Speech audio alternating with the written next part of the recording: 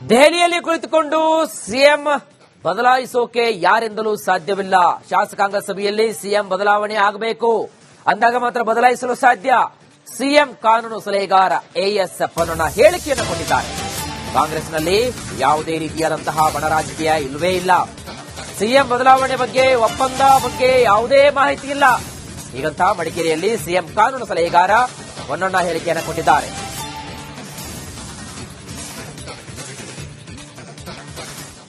CM ಬದಲಾವಣೆ ಬಗ್ಗೆ ರಾಜಕೀಯದಲ್ಲಿ ಬಿಸಿ ಬಿಸಿ ಚರ್ಚೆ ಆಗ್ತಿದೆ. ಈ ಬಗ್ಗೆ ಮಾತಾಡಲಿಕ್ಕೆ ಸಿಎಂ ಕಾನೂನು ಸಲಹೆಗಾರರು ಹಾಗೂ ಶಾಸಕರಾದ ಎಸ್ ಪೊನ್ನಣ್ಣ ಅವರು ನಮ್ಮೊಟ್ಟಿಗಿದ್ದಾರೆ. ಸರ್, ಇಲ್ಲಿ ಒಂದ್ಸಲ ಸಿಎಂ ಅವರು ಡೆಲ್ಲಿಗೆ ಹೋಗೋದು, ಮತ್ತೆ ಡಿಸಿಎಂ ಅವರು ಹೋಗೋದು, ಅವರ ಸಚಿವರು ಹೋಗೋದು, ಅವರ ಒಂದೊಂದು ಬಣ ಅಂತ ಹೇಳುವಂತದ್ದು, ಇದೇನಾಗ್ತಾ ಇದೆ ಅಂತ ಹೇಳುವಂತದ್ದು. ಇಲ್ಲ, ಸಿಎಂ ಅವರು ಹೋದಾಗ ನಾನು ಕೂಡ ಹೋಗಿದ್ದೀನಿ. ಕಪಿಲ್ ಸಿಬ್ಬಲ್ ಅವರು ನಮ್ಮ ವಕೀಲರವರು, ಮಾನ್ಯ ಮುಖ್ಯಮಂತ್ರಿಗಳ ವೈಯಕ್ತಿಕವಾಗಿ ಕೂಡ ಅವರ ದಾವೆಗಳಲ್ಲಿ ಅವರು ಅಪೇರ್ ಆಗಿದ್ದಾರೆ. ಮತ್ತೆ ನಮ್ಮ ಸರ್ಕಾರದಲ್ಲಿ ಬಂದಂತ ಹಲವಾರು ಸೂಕ್ಷ್ಮ ಕೇಸ್ಗಳಲ್ಲಿ ಪ್ರಕರಣಗಳಲ್ಲಿ ಅವರು ಸರ್ವೋಚ್ಚ ನ್ಯಾಯಾಲಯದಲ್ಲಿ ನಮ್ಮ ಜೊತೆ ನಿಂತಿದ್ದಾರೆ. ಅದರಿಂದ ಅವರ ಯಾವುದೋ ಕಾರ್ಯಕ್ರಮ 100 ಎಪಿಸೋಡ್ ಆಗಿದ್ದೆ, ನೀವು ಬರಬೇಕು ಅಂತ ಕರೆದಿದ್ರು. ಅದು ಅಲ್ಲಿ ಔತಣಕೂಟ, ಅದಕ್ಕೆ ನಾವು ಬಿರಾಯ್ ಹೋಟೆಲ್ ಅಲ್ಲಿ ನಡೆದಂತ ಕಾರ್ಯಕ್ರಮಕ್ಕೆ ಹೋಗಿರುವಂತದ್ದು. ಅದು 17ನೇ ತಾರೀಕಿಗೆ ಹೋಗಿದ್ದಂಥದ್ದು.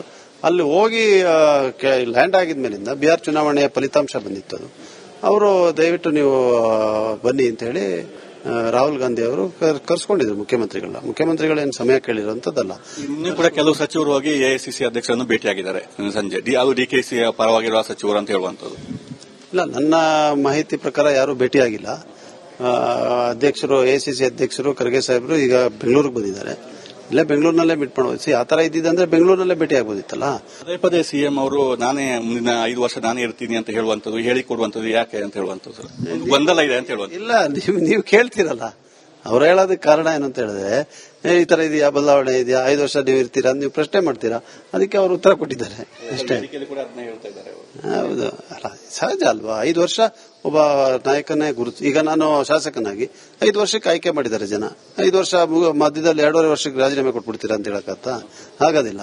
ಅದರಿಂದ 5 ವರ್ಷ ಎಲ್ಲರ ಆಯ್ಕೆ ಕೂಡ 5 ವರ್ಷ ಆದ್ಮೇಲೆ ಅಲ್ಲ, ಖಂಡಿತವಾಗಿ. ಅದರಿಂದ ಯಾಕಂದ್ರೆ ಶಾಸಕಾಂಗದ ಪಕ್ಷದ ನಾಯಕರ ಬದಲಾವಣೆ ಪ್ರಕ್ರಿಯೆ ಇದೆಯಲ್ಲ, ಅದರ ಸೂಚನೆಗಳು ಎಲ್ಲೂ ಕೂಡ ಕಾಣ್ತಾ ಇಲ್ಲ.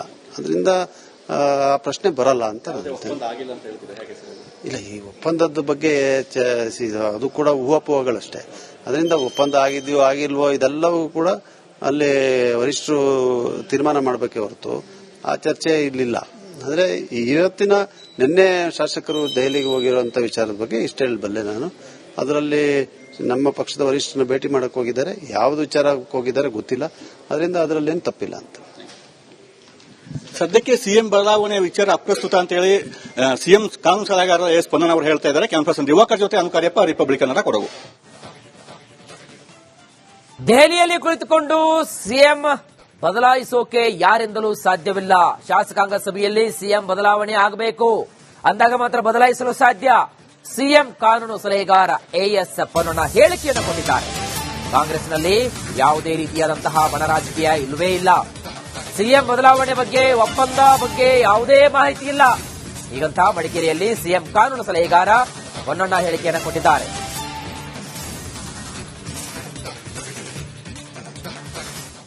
ಸಿಎಂ ಬದಲಾವಣೆ ಬಗ್ಗೆ ರಾಜಕೀಯದಲ್ಲಿ ಬಿಸಿ ಬಿಸಿ ಚರ್ಚೆ ಆಗ್ತಿದೆ. ಈ ಬಗ್ಗೆ ಮಾತಾಡಲಿಕ್ಕೆ ಸಿಎಂ ಕಾನೂನು ಸಲಹೆಗಾರರು ಹಾಗೂ ಶಾಸಕರಾದ ಎಸ್ ಪೊನ್ನಣ್ಣ ಅವರು ನಮ್ಮೊಟ್ಟಿಗಿದ್ದಾರೆ. ಸರ್, ಇಲ್ಲಿ ಒಂದ್ಸಲ ಸಿಎಂ ಅವರು ಡೆಲ್ಲಿಗೆ ಹೋಗೋದು, ಮತ್ತೆ ಡಿಸಿಎಂ ಅವರು ಹೋಗೋದು, ಅವರ ಸಚಿವರು ಹೋಗೋದು, ಅವರ ಒಂದೊಂದು ಬಣ ಅಂತ ಹೇಳುವಂತದ್ದು, ಇದೇನಾಗ್ತಾ ಇದೆ ಅಂತ ಹೇಳುವಂತದ್ದು. ಇಲ್ಲ, ಸಿಎಂ ಅವರು ಹೋದಾಗ ನಾನು ಕೂಡ ಹೋಗಿದ್ದೀನಿ. ಕಪಿಲ್ ಸಿಬ್ಬಲ್ ಅವರು ನಮ್ಮ ವಕೀಲರವರು, ಮಾನ್ಯ ಮುಖ್ಯಮಂತ್ರಿಗಳ ವೈಯಕ್ತಿಕವಾಗಿ ಕೂಡ ಅವರ ದಾವೆಗಳಲ್ಲಿ ಅವರು ಅಪೇರ್ ಆಗಿದ್ದಾರೆ. ಮತ್ತೆ ನಮ್ಮ ಸರ್ಕಾರದಲ್ಲಿ ಬಂದಂತ ಹಲವಾರು ಸೂಕ್ಷ್ಮ ಕೇಸ್ಗಳಲ್ಲಿ ಪ್ರಕರಣಗಳಲ್ಲಿ ಅವರು ಸರ್ವೋಚ್ಚ ನ್ಯಾಯಾಲಯದಲ್ಲಿ ನಮ್ಮ ಜೊತೆ ನಿಂತಿದ್ದಾರೆ. ಅದರಿಂದ ಅವರ ಯಾವುದೋ ಕಾರ್ಯಕ್ರಮ 100 ಎಪಿಸೋಡ್ ಆಗಿದ್ದೆ, ನೀವು ಬರಬೇಕು ಅಂತ ಕರೆದಿದ್ರು. ಅದು ಅಲ್ಲಿ ಔತಣಕೂಟ, ಅದಕ್ಕೆ ನಾವು ಬಿರಾಯ್ ಹೋಟೆಲ್ ಅಲ್ಲಿ ನಡೆದಂತ ಕಾರ್ಯಕ್ರಮಕ್ಕೆ ಹೋಗಿರುವಂತದ್ದು. ಅದು 17ನೇ ತಾರೀಕಿಗೆ ಹೋಗಿದ್ದಂಥದ್ದು. ಅಲ್ಲಿ ಹೋಗಿ ಲ್ಯಾಂಡ್ ಆಗಿದ್ಮೇಲಿಂದ ಬಿಹಾರ್ ಚುನಾವಣೆಯ ಫಲಿತಾಂಶ ಬಂದಿತ್ತು. ಅವರು ದಯವಿಟ್ಟು ನೀವು ಬನ್ನಿ ಅಂತ ಹೇಳಿ ರಾಹುಲ್ ಗಾಂಧಿ ಅವರು ಕರ್ಸ್ಕೊಂಡಿದ್ರು ಮುಖ್ಯಮಂತ್ರಿಗಳೇನು ಸಮಯ ಕೇಳಿರುವಂತದ್ದಲ್ಲ. ಇನ್ನೂ ಕೂಡ ಕೆಲವು ಸಚಿವರು ಹೋಗಿ ಎಐಸಿಸಿ ಅಧ್ಯಕ್ಷರನ್ನು ಭೇಟಿಯಾಗಿದ್ದಾರೆ ಸಂಜೆ. ಅದು ಡಿಕೆಸಿ ಪರವಾಗಿರುವ ಸಚಿವರು ಅಂತ ಹೇಳುವಂತದ್ದು. ಇಲ್ಲ, ನನ್ನ ಮಾಹಿತಿ ಪ್ರಕಾರ ಯಾರು ಭೇಟಿಯಾಗಿಲ್ಲ. ಅಧ್ಯಕ್ಷರು, ಎಐಸಿಸಿ ಅಧ್ಯಕ್ಷರು ಖರ್ಗೆ ಸಾಹೇಬರು ಈಗ ಬೆಂಗಳೂರಿಗೆ ಬಂದಿದ್ದಾರೆ. ಇಲ್ಲೇ ಬೆಂಗಳೂರಿನಲ್ಲೇ ಮೀಟ್ ಮಾಡೋದು. ಆ ತರ ಇದ್ದಿದೆ ಅಂದ್ರೆ ಬೆಂಗಳೂರಿನಲ್ಲೇ ಭೇಟಿ ಆಗ್ಬೋದಿತ್ತಲ್ಲ. ಪದೇ ಪದೇ ಸಿಎಂ ಅವರು ನಾನೇ ಮುಂದಿನ 5 ವರ್ಷ ನಾನೇ ಇರ್ತೀನಿ ಅಂತ ಹೇಳುವಂತದ್ದು, ಹೇಳಿ ಕೊಡುವಂತದ್ದು ಯಾಕೆ ಅಂತ ಹೇಳುವಂತದ್ದು ಗೊಂದಲ ಇದೆ ಅಂತ ಹೇಳುವಂತ. ಇಲ್ಲ, ನೀವು ಕೇಳ್ತೀರಲ್ಲ, ಅವ್ರು ಹೇಳೋದಕ್ಕೆ ಕಾರಣ ಏನಂತ ಹೇಳಿದ್ರೆ ಈ ತರ ಇದೆಯಾ, ಬದಲಾವಣೆ ಇದೆಯಾ, 5 ವರ್ಷ ನೀವು ಇರ್ತೀರಾ ಅಂತ ನೀವು ಪ್ರಶ್ನೆ ಮಾಡ್ತೀರಾ, ಅದಕ್ಕೆ ಅವರು ಉತ್ತರ ಕೊಟ್ಟಿದ್ದಾರೆ ಅಷ್ಟೇ. ಹೌದು, ಅಲ್ಲ ಸಹಜ ಅಲ್ವಾ. 5 ವರ್ಷ ಒಬ್ಬ ನಾಯಕನೇ ಗುರುತು. ಈಗ ನಾನು ಶಾಸಕನಾಗಿ 5 ವರ್ಷಕ್ಕೆ ಆಯ್ಕೆ ಮಾಡಿದ್ದಾರೆ ಜನ. 5 ವರ್ಷ ಮಧ್ಯದಲ್ಲಿ 2.5 ವರ್ಷಕ್ಕೆ ರಾಜೀನಾಮೆ ಕೊಟ್ಬಿಡ್ತೀರಾ ಅಂತ ಹೇಳಕತ್ತ ಆಗೋದಿಲ್ಲ. ಅದರಿಂದ 5 ವರ್ಷ ಎಲ್ಲರ ಆಯ್ಕೆ ಕೂಡ 5 ವರ್ಷ ಆದ್ಮೇಲೆ ಅಲ್ಲ, ಖಂಡಿತವಾಗಿ. ಅದರಿಂದ ಯಾಕಂದ್ರೆ ಶಾಸಕಾಂಗದ ಪಕ್ಷದ ನಾಯಕರ ಬದಲಾವಣೆ ಪ್ರಕ್ರಿಯೆ ಇದೆಯಲ್ಲ, ಅದರ ಸೂಚನೆಗಳು ಎಲ್ಲೂ ಕೂಡ ಕಾಣ್ತಾ ಇಲ್ಲ. ಅದರಿಂದ ಆ ಪ್ರಶ್ನೆ ಬರಲ್ಲ ಅಂತ ಇಲ್ಲ. ಈ ಒಪ್ಪಂದದ ಬಗ್ಗೆ ಅದು ಕೂಡ ಊಹಾಪೋಹಗಳಷ್ಟೇ. ಅದರಿಂದ ಒಪ್ಪಂದ ಆಗಿದೆಯೋ ಆಗಿಲ್ವೋ ಇದೆಲ್ಲವೂ ಕೂಡ ಅಲ್ಲಿ ವರಿಷ್ಠರು ತೀರ್ಮಾನ ಮಾಡಬೇಕೇ ಹೊರತು ಆ ಚರ್ಚೆ ಇರಲಿಲ್ಲ. ಅಂದ್ರೆ ಇವತ್ತಿನ ನಿನ್ನೆ ಶಾಸಕರು ದೆಹಲಿಗೆ ಹೋಗಿರುವಂತ ವಿಚಾರದ ಬಗ್ಗೆ ಇಷ್ಟ ಹೇಳಬಲ್ಲೆ ನಾನು. ಅದರಲ್ಲಿ ನಮ್ಮ ಪಕ್ಷದ ವರಿಷ್ಠರನ್ನ ಭೇಟಿ ಮಾಡಕ್ ಹೋಗಿದ್ದಾರೆ, ಯಾವ್ದು ವಿಚಾರಕ್ಕೆ ಹೋಗಿದ್ದಾರೆ ಗೊತ್ತಿಲ್ಲ. ಅದರಿಂದ ಅದರಲ್ಲಿ ಏನು ತಪ್ಪಿಲ್ಲ ಅಂತ. ಸದ್ಯಕ್ಕೆ ಸಿಎಂ ಬದಲಾವಣೆ ವಿಚಾರ ಅಪ್ರಸ್ತುತ ಅಂತ ಹೇಳಿ ಸಿಎಂ ಕಾನೂನು ಸಲಹೆಗಾರ ಎಸ್ ಪೊನ್ನಣ್ಣ ಅವರು ಹೇಳ್ತಾ ಇದ್ದಾರೆ. ಕ್ಯಾನ್ ಪರ್ಸನ್ ದಿವಾಕರ್ ಜೊತೆ ಅನುಕಾರ್ಯಪ್ಪ, ರಿಪಬ್ಲಿಕ್ ಕನ್ನಡ, ಕೊಡಗು. ದೆಹಲಿಯಲ್ಲಿ ಕುಳಿತುಕೊಂಡು ಸಿಎಂ ಬದಲಾಯಿಸೋಕೆ ಯಾರಿಂದಲೂ ಸಾಧ್ಯವಿಲ್ಲ. ಶಾಸಕಾಂಗ ಸಭೆಯಲ್ಲಿ ಸಿಎಂ ಬದಲಾವಣೆ ಆಗಬೇಕು ಅಂದಾಗ ಮಾತ್ರ ಬದಲಾಯಿಸಲು ಸಾಧ್ಯ.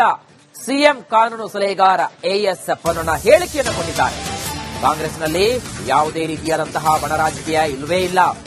ಸಿಎಂ ಬದಲಾವಣೆ ಬಗ್ಗೆ, ಒಪ್ಪಂದ ಬಗ್ಗೆ ಯಾವುದೇ ಮಾಹಿತಿ ಇಲ್ಲ. ಹೀಗಂತ ಮಡಿಕೇರಿಯಲ್ಲಿ ಸಿಎಂ ಕಾನೂನು ಸಲಹೆಗಾರ ಪೊನ್ನಣ್ಣ ಹೇಳಿಕೆಯನ್ನು ಕೊಟ್ಟಿದ್ದಾರೆ.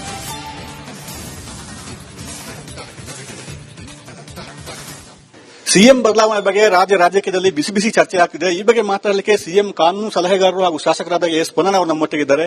ಸರ್, ಇಲ್ಲಿ ಒಂದ್ಸಲ ಸಿಎಂ ಅವರು ಡೆಲ್ಲಿಗೆ ಹೋಗೋದು, ಮತ್ತೆ ಡಿಸಿಎಂ ಅವರು ಹೋಗೋದು, ಅವರ ಸಚಿವರು ಹೋಗೋದು, ಅವರ ಒಂದೊಂದು ಬಾಣ ಅಂತ ಹೇಳುವಂಥದ್ದು, ಇದೇನಾಗ್ತಾ ಇದೆ ಅಂತ ಹೇಳುವಂಥದ್ದು. ಇಲ್ಲ, ಸಿಎಂ ಅವರು ಹೋದಾಗ ನಾನು ಕೂಡ ಹೋಗಿದ್ದೀನಿ. ಕಪಿಲ್ ಸಿಬ್ಬಲ್ ಅವರು ನಮ್ಮ ವಕೀಲರವರು, ಮಾನ್ಯ ಮುಖ್ಯಮಂತ್ರಿಗಳ ವೈಯಕ್ತಿಕವಾಗಿ ಕೂಡ ಅವರ ದಾವೆಗಳಲ್ಲಿ ಅವರು ಅಪೇರ್ ಆಗಿದ್ದಾರೆ. ಮತ್ತೆ ನಮ್ಮ ಸರ್ಕಾರದಲ್ಲಿ ಬಂದಂತ ಹಲವಾರು ಸೂಕ್ಷ್ಮ ಕೇಸ್ಗಳಲ್ಲಿ, ಪ್ರಕರಣಗಳಲ್ಲಿ ಅವರು ಸರ್ವೋಚ್ಚ ನ್ಯಾಯಾಲಯದಲ್ಲಿ ನಮ್ಮ ಜೊತೆ ನಿಂತಿದ್ದಾರೆ. ಅದರಿಂದ ಅವರು ಯಾವುದೋ ಕಾರ್ಯಕ್ರಮ 100 ಎಪಿಸೋಡ್ ಆಗಿದ್ದೆ, ನೀವು ಬರಬೇಕು ಅಂತ ಕರೆದಿದ್ರು. ಅದು ಅಲ್ಲಿ ಔತಣಕೂಟ, ಅದಕ್ಕೆ ನಾವು ಬಿರಾಯ್ ಹೋಟೆಲ್ ಅಲ್ಲಿ ನಡೆದಂತ ಕಾರ್ಯಕ್ರಮಕ್ಕೆ ಹೋಗಿರುವಂತದ್ದು. ಅದು 17ನೇ ತಾರೀಕಿಗೆ ಹೋಗಿದ್ದಂಥದ್ದು. ಅಲ್ಲಿ ಹೋಗಿ ಲ್ಯಾಂಡ್ ಆಗಿದ್ಮೇಲಿಂದ ಬಿಹಾರ್ ಚುನಾವಣೆಯ ಫಲಿತಾಂಶ ಬಂದಿತ್ತು. ಅವರು ದಯವಿಟ್ಟು ನೀವು ಬನ್ನಿ ಅಂತ ಹೇಳಿ ರಾಹುಲ್ ಗಾಂಧಿ ಅವರು ಕರ್ಸ್ಕೊಂಡಿದ್ರು ಮುಖ್ಯಮಂತ್ರಿಗಳೇನು ಸಮಯ ಕೇಳಿರುವಂತದ್ದಲ್ಲ. ಇನ್ನೂ ಕೂಡ ಕೆಲವು ಸಚಿವರು ಹೋಗಿ ಎಐಸಿಸಿ ಅಧ್ಯಕ್ಷರನ್ನು ಭೇಟಿಯಾಗಿದ್ದಾರೆ ಸಂಜೆ. ಅದು ಡಿಕೆಸಿ ಪರವಾಗಿರುವ ಸಚಿವರು ಅಂತ ಹೇಳುವಂತದ್ದು. ಇಲ್ಲ, ನನ್ನ ಮಾಹಿತಿ ಪ್ರಕಾರ ಯಾರು ಭೇಟಿಯಾಗಿಲ್ಲ.